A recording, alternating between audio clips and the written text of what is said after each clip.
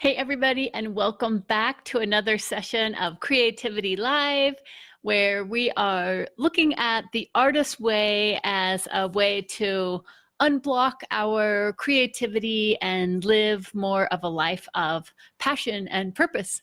And if that's something that you're interested in, I hope that you will join me for Creativity Unleashed, which I'm leading June 3rd through August 26th. It's an online course, so the link is right there. Definitely check that out. Would love to work through that with you. All right, so today in the Artist Way, we're looking at week 2.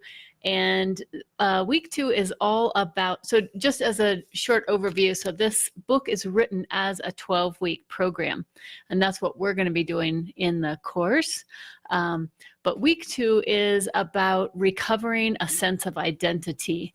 And so in this chapter, Julia Cameron has essays on all these different aspects of it. So one is the idea of going sane. So that's alluding to the fact that maybe what normal life is, what we're expected to do is a little bit insane.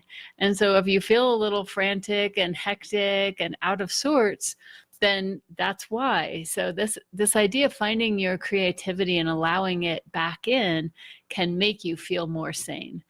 So that's one of the first things. The next is poisonous playmates. And the idea here is that, if let's say that you decide that you want to get back into painting or drawing or writing, and if you show your work to someone who is themselves a blocked artist or, has their own issues going on, and they slam you down, well, then that's a poisonous playmate.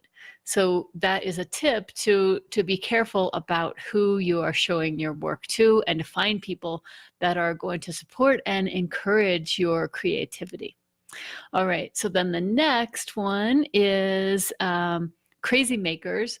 And the idea with Crazymakers is that one of the things that we do is attach ourselves to someone who creates chaos in our life. And this happens to a lot of us that were raised with maybe an alcoholic parent or very controlling or some kind of chaotic situation. As for me in particular, I'm the 7th of 8 kids, very strict, controlling, Catholic family upbringing. And so when I started my own life on my own terms, I often created that chaos myself. And so the idea of Crazymakers is that you attach yourself to someone that makes you crazy, and that distracts you from the inner voices and from those inner creative urges that you have. The next one is skepticism. So that is saying that if you do start to see some recovery, if as you start working through this, you start feeling better, if you then say, oh, well, that's really nothing. Like for me, like this painting behind me, the Van Gogh-ish one, I've been thinking about doing that thing for decades. And I finally got myself, after looking at starting on the book again, a few months ago, I got myself into a painting class and I did that painting. And it would be easy for me now to say, oh, well, that's really nothing. But that's what skepticism is that when you see that you're starting to make some changes, you're starting to open up creatively, if you dismiss it, then the skepticism can crush your continuing progress. So the next one is attention. And she has a quote in here of someone who says, the poet William Meredith has observed that the worst that can be said of a man is that he did not pay attention. And so being more creative, using your art is a way to pay attention. And by paying attention, that's how a lot of times we can get at that underlying pain or the underlying issue. And all of this holds true for when we're doing environmental work. I was talking with a friend the other day, and we were talking about how crazy all the plastic pollution is. And she was saying, well, the plastics industry is the fossil fuel industry. And, that was a big kind of aha moment for me. So instead of us feeling so terrible that we can't seem to break ourselves away from plastic at every step of the day, to when you give it that attention, you can start seeing what the real root of the problem is.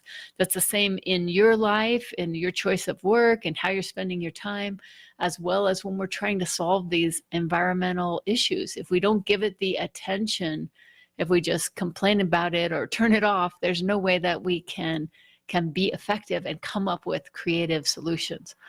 So those are the areas that are covered. And then what she comes out with is this rules of the road for being an artist. And again, this is in week 2 of the book, The Artist's Way. And so the rules of the road that she has is, number 1 is show up at the page. Use the page to rest, to dream, and to try. And that's the morning pages. And that's one of those, there's those 2 basic tools. So the morning pages is, the idea is that you wake up, you open your journal, and you write 3 pages.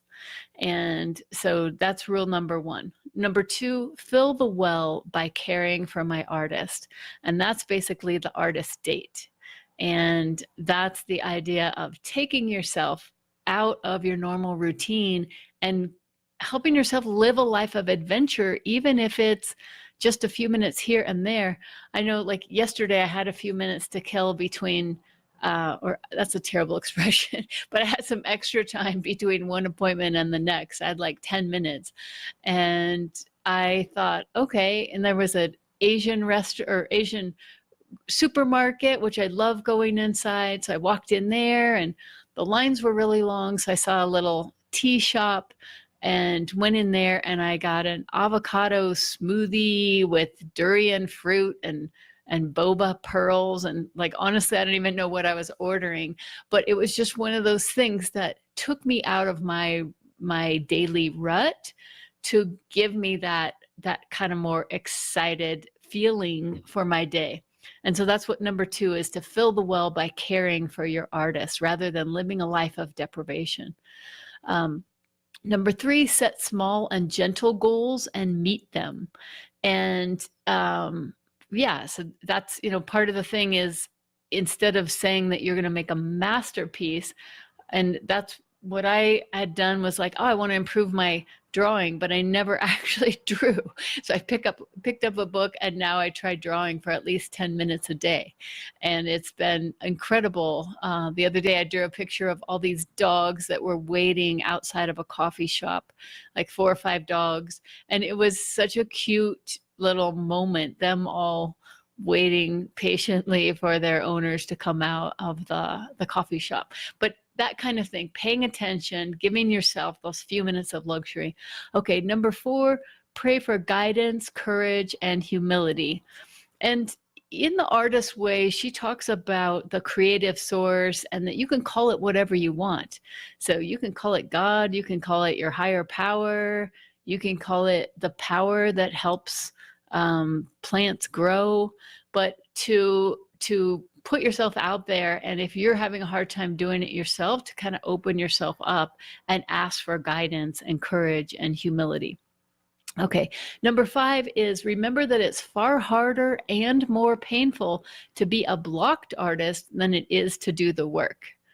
I think a lot of times we worry about how much effort it's going to take, but it's that worry is actually a fair amount of effort. Number 6 is, be alert always for the presence of the great creator leading and helping my artist. And to me, that just means that if somebody does reach out with an idea, or there is a possibility, that you go with it. I know one of the things I'm trying to do right now is, as I'm mentoring 20 teams across Metro Denver on how to be more effective in doing environmental actions. And I had this idea of, how could we document all of these? And I thought of doing videos. And the next day, a friend of mine mentions this videographer that I know very well. I went to Ghana with him. He was my roommate. and how he had just done a film for the Boulder International Film Festival. And I was like, oh, I should probably reach out to him. So I did. And so whether that you see it as serendipity or however you see it, but if you're alert for the presence of really great ideas coming your way, that's how I interpret that. Number 7, choose companions who encourage me to do the work, not just talk about doing the work or why I am not doing the work. I think recently by signing up for a 10-session painting class, that really helped me, because I have some friends where we get together and think that we're going to go on a coffee date and draw or do poetry, and sometimes we just do the chatting part, which is also nice. But to find a structure that helps me do that and be surrounded with people in the class that we're all just trying out our painting is really been very powerful. Okay, number 8, remember that the great creator loves creativity. The way I interpret this is that, you know, something put us here on the planet for a certain amount of time with these amazing brains and hearts, and to think that our lives are supposed to be drudgery and deprivation. The idea that Julia Cameron has in here is that that is our conceived idea, and that is not consistent with whoever or whatever forces out there created this intricate system of all this daily creativity. I mean, when you see an apple tree blossom and the abundance of one tree, of how many apples that came from one seed, that is the creative force modeling what we can be. Okay, number 9, remember that it is my job to do the work, not judge the work.